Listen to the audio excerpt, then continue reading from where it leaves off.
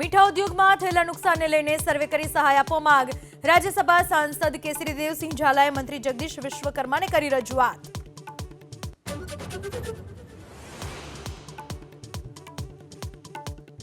ગાંધીનગરની કલોલ નગરપાલિકાના ભાજપના વધુ એક સભ્યએ આપ્યું રાજીનામું। મીનાબેન જેઠવાણીએ રાજીનામું આપતા અત્યાર સુધીમાં 13ના રાજીનામા।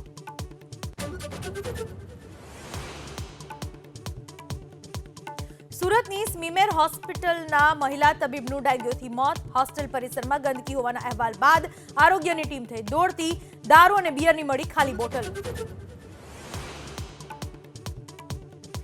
વડોદરામાં બાજવાડા વિસ્તારમાં 55 વર્ષ જૂનું મકાન ધરાશાય। વૃદ્ધા ઇજાગ્રસ્ત, અન્ય 2 લોકોનો બચાવ।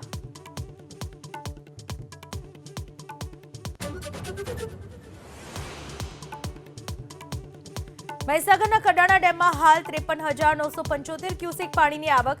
6 દરવાજા ખોલી મહીસાગર નદીમાં છોડાયું 50,364 ક્યુસેક પાણી।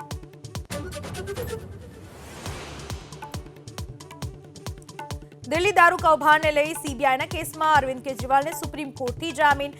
કેસ પર ટિપ્પણી ન કરવા અને તપાસમાં સહયોગ કરવા આદેશ। આપમાં જશ્નનો માહોલ।